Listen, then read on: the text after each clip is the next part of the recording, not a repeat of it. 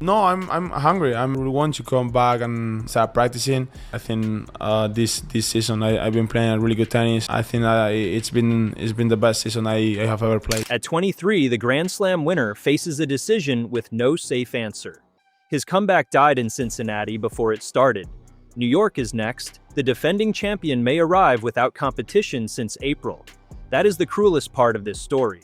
Alcaraz climbed faster than anyone expected. Now one wrist is holding the year hostage. The real tragedy has moved beyond missed trophies. What comes next could be heartbreaking.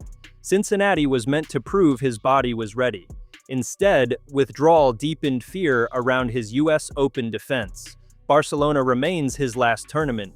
Roland Garros disappeared. Wimbledon passed without him. Every lost week gave his rivals rhythm, while Alcaraz searched for certainty. February now feels distant. He defeated Novak Djokovic in Melbourne. He completed the career Grand Slam. His record reached 22-3. Tennis looked ready to belong to him. Then everything froze. Practice footage can offer hope. It cannot recreate five-set pressure or reveal how the wrist will respond when panic enters the match. Subscribe now for verified tennis drama told from sharper angles. Because the revelation is not why Alcaraz vanished.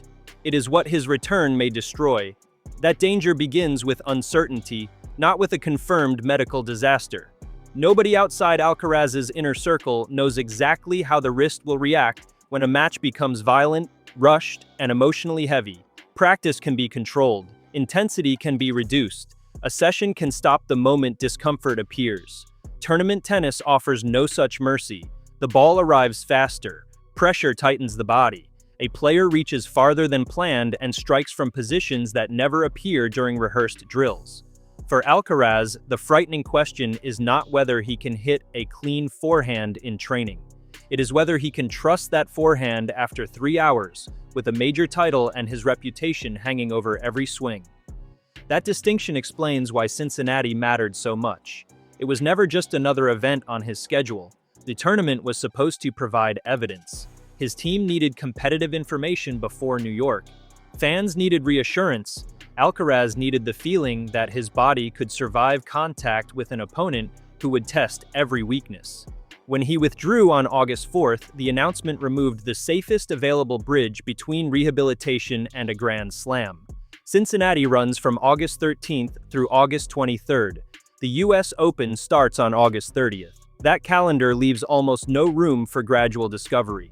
A comeback now risks becoming an experiment conducted under the brightest lights in tennis.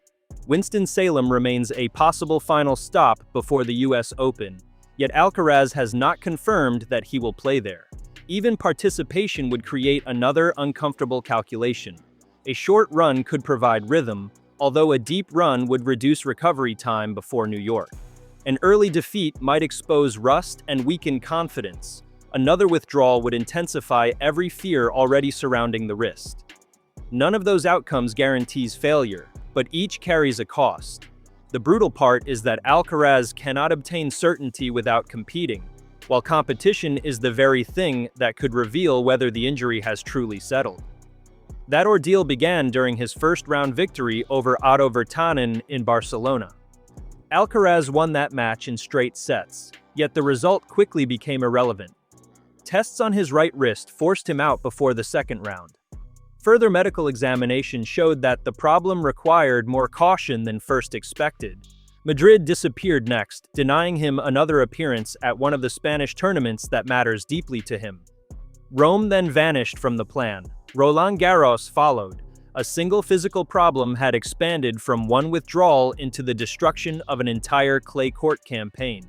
Missing Paris carried a special cruelty. Alcaraz was not arriving as a hopeful contender.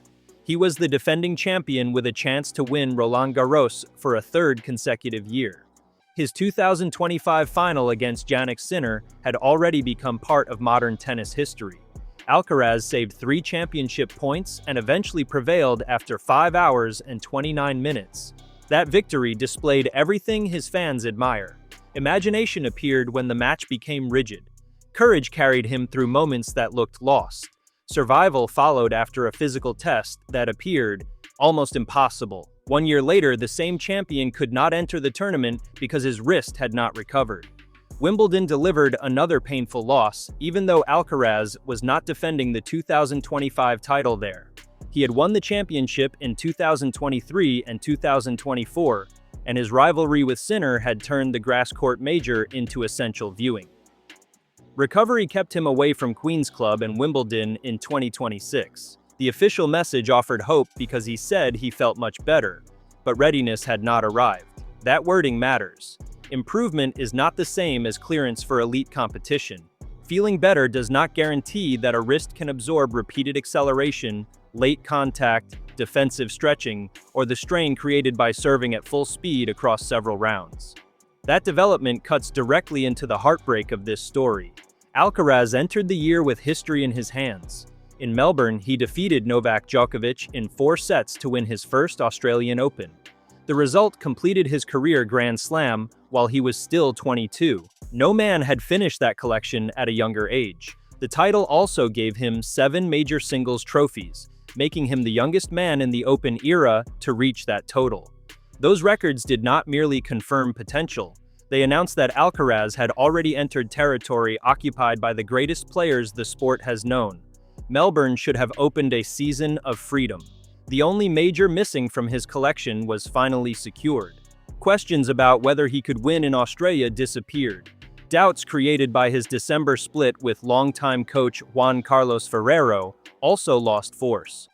Alcaraz had worked with Ferrero for 7 years, beginning when he was 15. Their partnership produced 24 tour-level titles, including 6 majors and 8 Masters trophies. After the separation, Samuel Lopez remained in charge of the team. Alcaraz responded to the change by winning the Australian Open.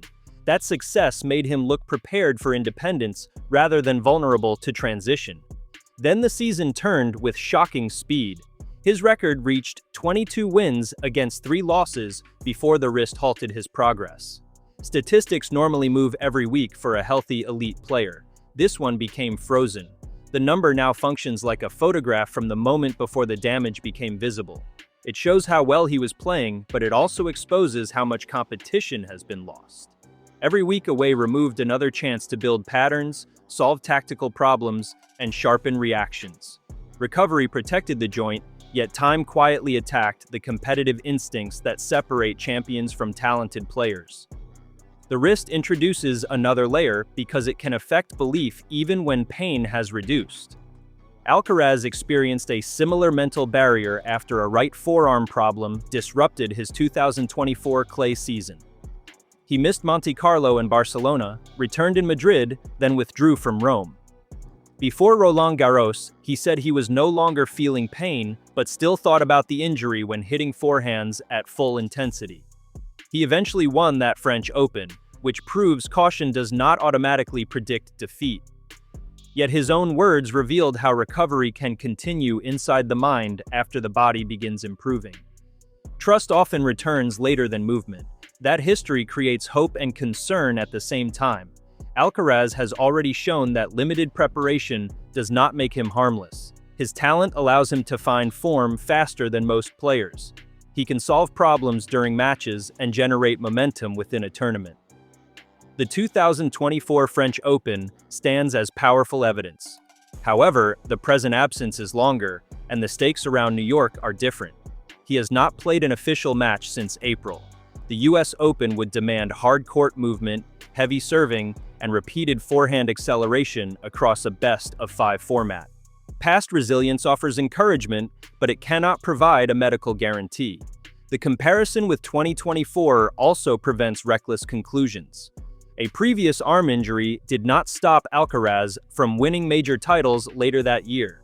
The current wrist problem has not been declared permanent. No public statement has confirmed surgery. His career is not known to be in danger.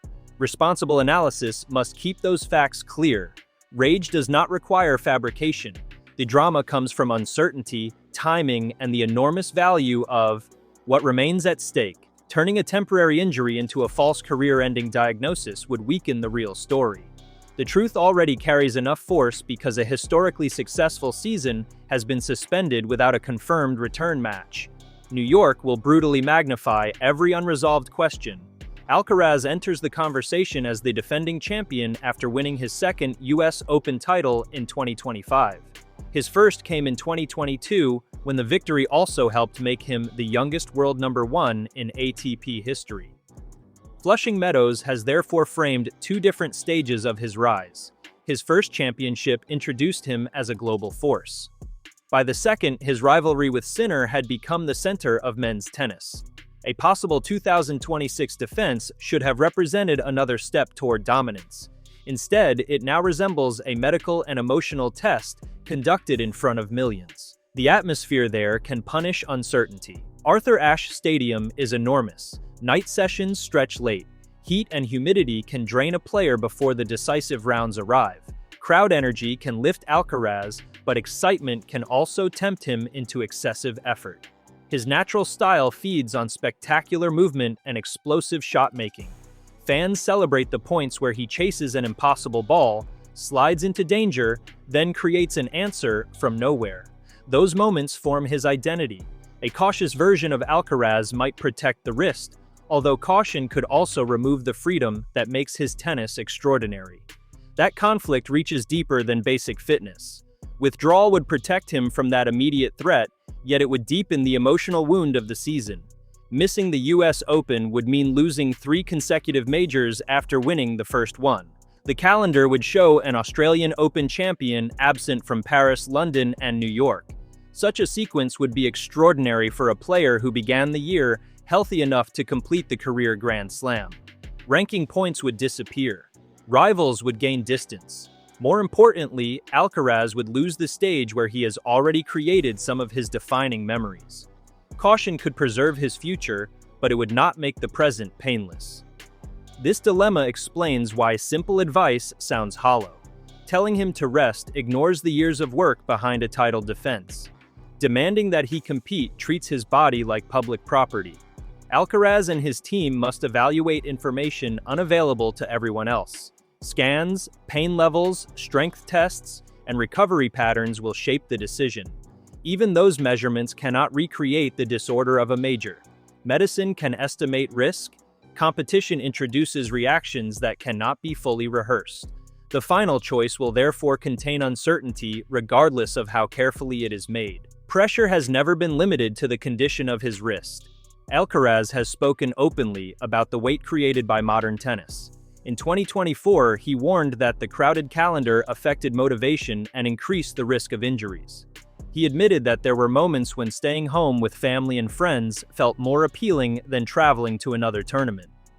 Those comments were not excuses from a player avoiding work. They came from an athlete already competing at a level that demanded constant travel, recovery, media duties, and preparation. His present absence gives those warnings a darker relevance without proving that the schedule directly caused this specific injury. Causation must remain honest. The wrist was damaged during the Barcelona match, but no official medical finding has blamed the wider calendar. Alcaraz had played the Monte Carlo final shortly before appearing in Barcelona, which creates an obvious discussion about turnaround time. It does not create proof. Tennis fans can question whether the structure protects its stars, while still recognizing that injuries have multiple causes. Technique, workload, recovery, chance, and individual anatomy may all matter. The strongest argument does not need a false verdict.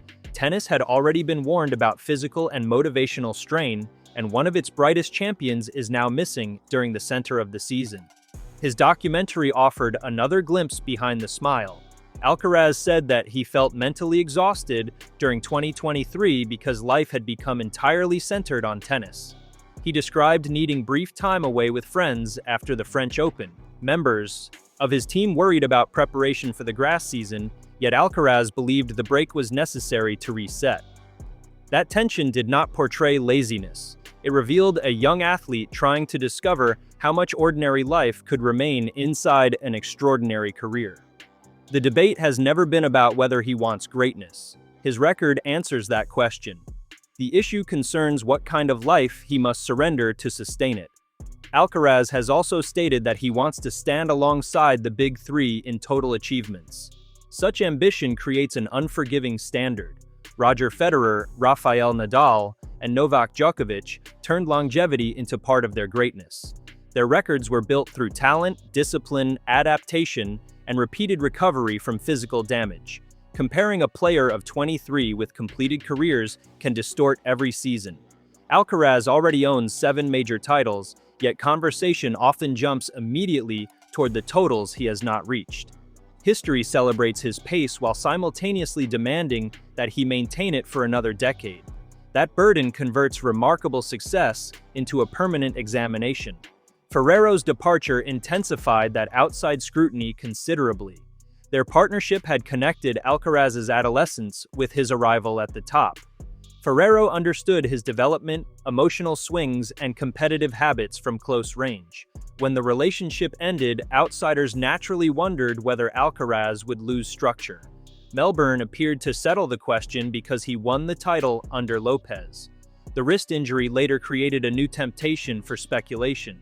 Some people may try to connect the coaching change with the physical setback, yet no evidence supports that claim. Timing can look meaningful without establishing responsibility. The clean story is already dramatic enough. A new era began brilliantly, then injury interrupted it. His rivalry with Sinner makes the interruption feel even harsher.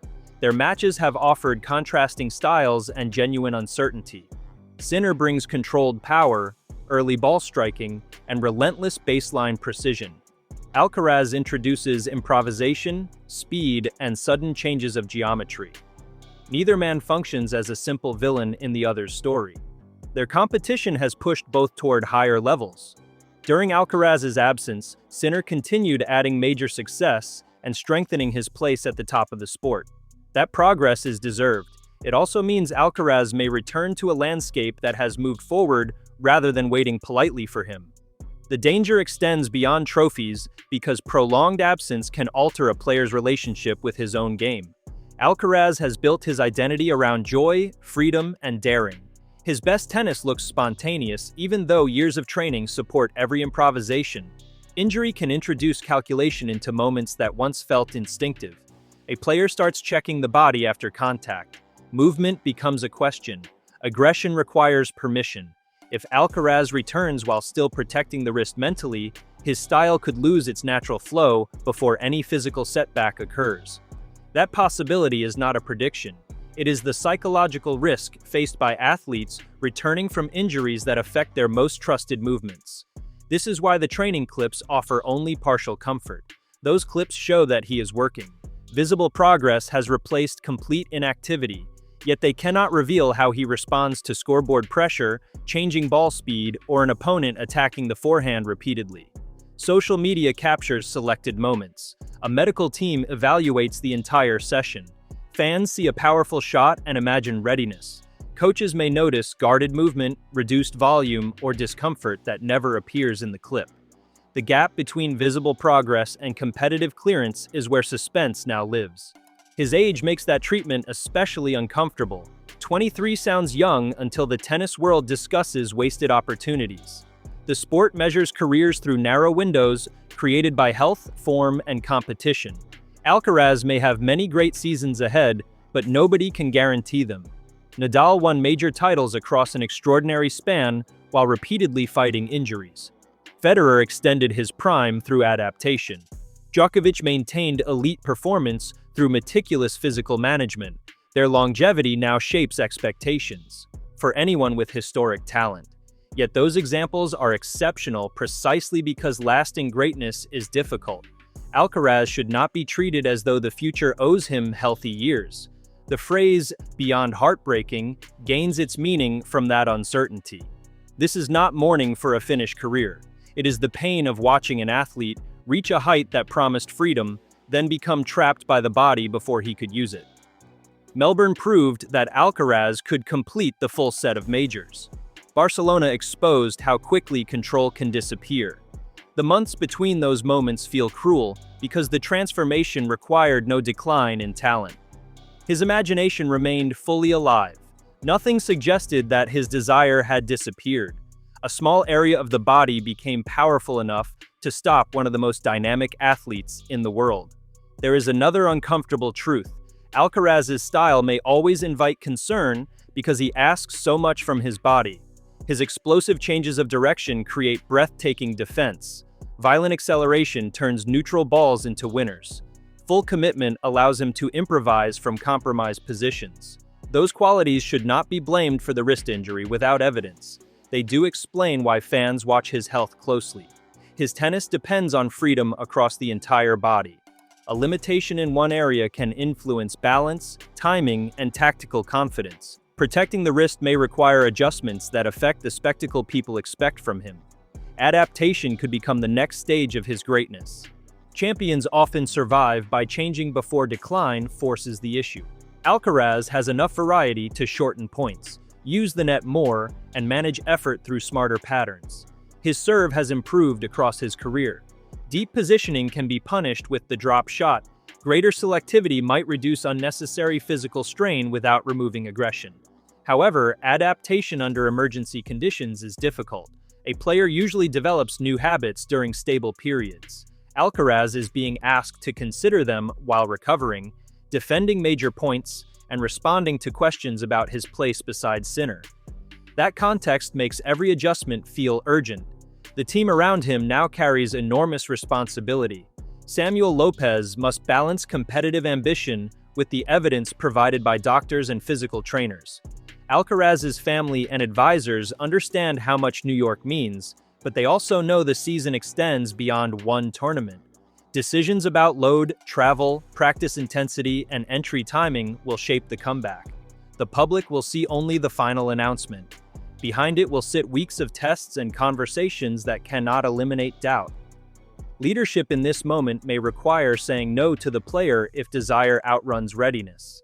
It may also require trusting him when caution becomes excessive. No outsider can know which danger is greater. A premature return risks another setback, but excessive delay can make competition feel even more distant and allow fear to grow. Rehabilitation therefore involves more than avoiding pain. It requires finding the point where controlled risk becomes necessary. Elite sport never offers complete safety. A healthy player can suffer an injury on the first point. The goal is not zero danger. It is an acceptable level supported by medical evidence and honest communication. Alcaraz's situation feels dramatic because that threshold must be judged with the US Open approaching and almost no competitive runway remaining. Whatever happens, the first match back will carry meaning far beyond its score. Long rallies will reveal the forehand, while tight games may show whether he serves freely. An awkward reach may expose previously hidden hesitation immediately. Body language may reveal confidence, although viewers should avoid turning every gesture into a diagnosis. Alcaraz often shows emotion even when healthy. A grimace can reflect frustration rather than pain. Careful fans will look for patterns instead of isolated images. The most important sign may be whether his decision-making remains natural as physical stress accumulates.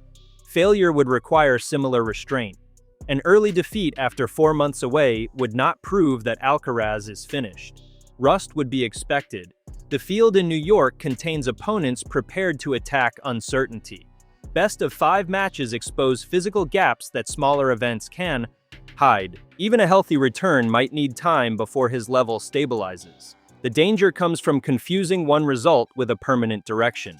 Tennis careers move through injuries, recoveries, tactical changes, and renewed confidence. Alcaraz has already produced enough evidence to deserve patience, though the title defense will tempt everyone toward immediate judgment. The real revelation is therefore larger than one wrist. Alcaraz's season has exposed the fragile bargain hidden inside early greatness. The world rewards a young champion for arriving ahead of schedule.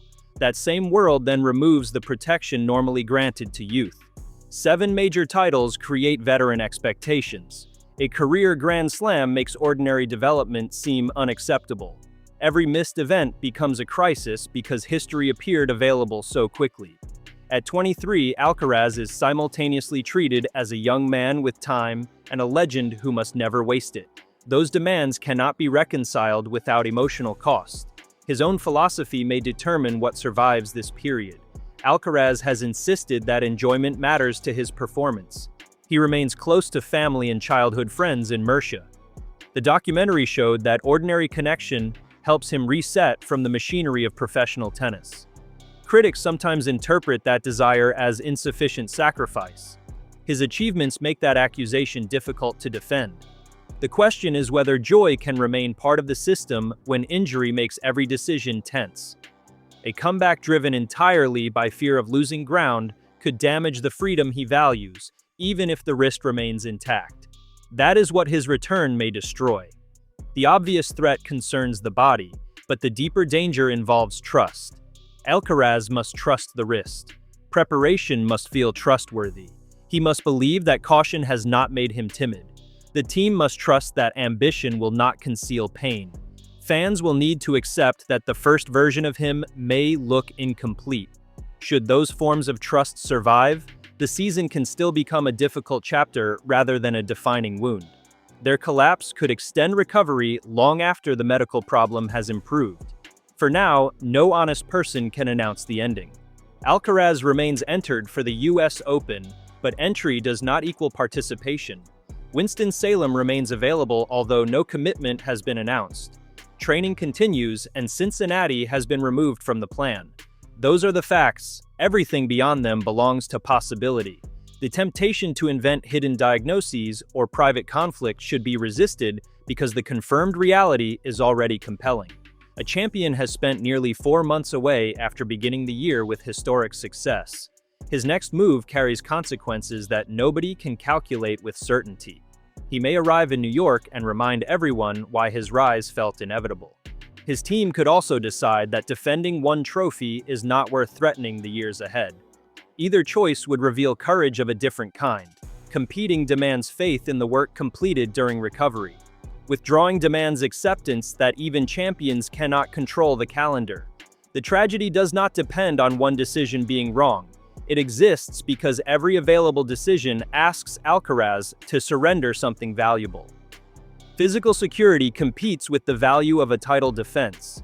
Another absence would remove opportunity, rhythm, and points from his season. Extra recovery could preserve the wrist but widen the mental distance from competition, whereas a rushed return might expose weakness under maximum pressure. There is no clean escape. That is why this story reaches beyond ordinary injury news. Alcaraz is not merely waiting to feel better. He is choosing which risk he can live with. At 23, he has already given tennis moments that belong to history. 7 majors establish greatness, while the career Grand Slam demonstrates his range. Wins over Djokovic and Sinner prove his ability to defeat the strongest opponents under severe pressure. None of those achievements protects him now. The coming weeks will test something records cannot measure, whether patience, medical judgment, and competitive hunger can coexist when the future feels close enough to touch. That uncomfortable space between hope and certainty is where the story now quietly waits.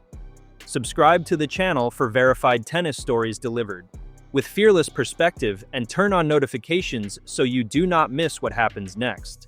Then tell us in the comments, should Carlos Alcaraz risk returning for his US Open title defense, or should he sacrifice New York to protect the rest of his career?